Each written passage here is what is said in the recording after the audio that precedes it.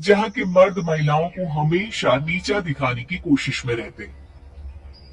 अरे अभी तक खाना नहीं आया? क्या मुझे एक और शादी करने की जरूरत है? नहीं जी नहीं, ऐसा मत करना, वरना मैं कहाँ जाऊंगी। खाना लेकर मैं अभी आई जी।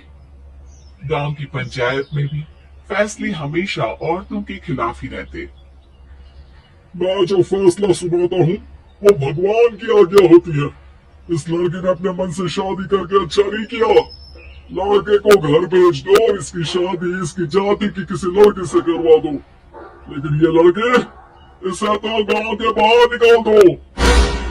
नहीं नहीं जमींदार साहब, ये क्या बोल रहे हैं? ऐसा नहीं हो सकता। मेरी बेटी मासूम है, इसे अच्छे बुरे की समझ नहीं है। अरे कहाँ जाएगी ये बेचारी? कहा जाएगी?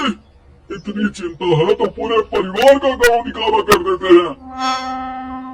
बेचारी, पूरे बसे बसाए परिवार को गांव छोड़ना पड़ता है। चाहे जो हो, अगर बेटियों को कंट्रोल नहीं कर सकते तो गांव में रहने का कोई मतलब नहीं है। यहाँ औरतों को दब कर रहना होगा। कोई भी अपने हिसाब से कुछ नहीं कर सकता। सब ईश्वर की मर्जी से ही होगा। तभी गांव का एक आदमी दौड़ा दौड़ा आता है। सरपंच साहब, जमींदार साहब, वो कालिया है ना, उसकी बेटी पढ़ने के लिए शहर जा रही है। अच्छा, ये कब हो गया? और कालिया की हिम्मत कैसे हो गई ऐसा करने की? लेकर आओ उसे और उसकी बेटी को। बस फिर क्या था, हाजिर हो जाते हैं कालिया और उसकी बेटी सरपंच के सामने। और कालिया, ये क्या सुनने में आ रहा है? बेटी को इंजीनियर बना रहा है तू?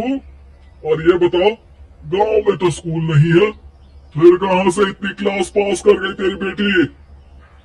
राधा, जो कि कालिया की बेटी है, उसे लगता है कि सरपंच उसकी तारीफ कर रहे हैं। सरपंच जी, मैंने ऑनलाइन पढ़ाई की है, डिस्टेंस लर्निंग से। सभी में मैंने अच्छे नंबर पाए हैं, जिसे देखते हुए शहर की इंजीनियरिंग कॉलेज में मुझे स्कॉलरशिप मिली है। वाह जी वाह, क्या होती है ये? पहले तो ये बताओ, फिर आगे की बात करते हैं।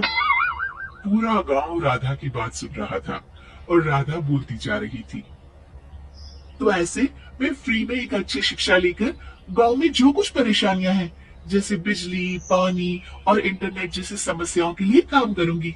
मैं गांव को शहर से जोड़ने के लिए पुल का निर्माण करवाने का प्रस्ताव रखूंगी। मुझे पूरी उम्मीद है कि जल्द ही हमारा गांव भी तरक्की की राह पर चल पड़ेगा। राधा की बात सुनकर सारे गांव वाले ताली बजाने लगते हैं। सरपंच को समझ नहीं आता कि वो क्या करे। चुप रह नादान लड़की। गांव के खिलाफ जाने के लिए तुझे गांव से बेदखल कर दिया जाएगा, वो भी पूरे परिवार के साथ। और हाँ, अगर ठीक से गांव में रहना चाहती है तो ये पढ़ाई लिखाई छोड़ दे। हम तेरे लिए गांव का कोई होनहार लड़का देखेंगे। तभी गांव का एक आदमी बोल पड़ता है। अरे नहीं नहीं सरपंच जी, राधा बिटिया जो बता रही है, अगर वैसा हो जाए तो हम लोगों को पैसा कमाने के लिए बाहर नहीं जाना पड़ेगा। हाँ जी, और ना ही कोसों दूर पानी के लिए भटकना पड़ेगा। हमारे बच्चे भी अच्छी पढ़ाई कर सकेंगे और आगे बढ़ेंगे, ना कि हमारी तरह खेती करते बैठेंगे। क्यों गांव वालों, राधा बिटिया का साथ देना चाहिए ना। सरपंच देखता है कि गांव राधा के साथ है, तो वो चुप हो जाता है। वो घर आकर अपने सलाहकार से बात करता है, जो बहुत ही चालाक किस्म का इंसान होता है। अरे सरपंच साहब, आपको बहुत ही होशियारी से काम लेना पड़ेगा। एक बार गांव तरक्की कर गया, यहाँ के बालक पढ़ लिए तो कोई ना पूछेगा आपको। और फिर ये जो बेटा और बेटी है ना आपके, इनको भी आम लोगों की तरह ही जीवन जीना होगा। हाँ, लेकिन करे तो क्या करे? वो ना, आप मुझ पर छोड़ दीजिए, बस मैं जैसा बोलूं करते जाइए। अगले रोज सुबह जब गांव वाले सोकर उठते हैं, तो राधा के घर के बाहर और साथ ही वो लोग जिन्होंने राधा का सपोर्ट किया था, उनके घर के आगे लाल रंग से कल आऊंगी लिखा होता है। कल आऊंगी, ये क्या होता है? अरे यह तो खून से लिखा है, लगता है कोई भूत प्रेत या चुड़ैल का साया है। चलो सरपंच जी के पास चलते हैं। सभी सरपंच के पास जाकर उसे सारी बात बताते हैं।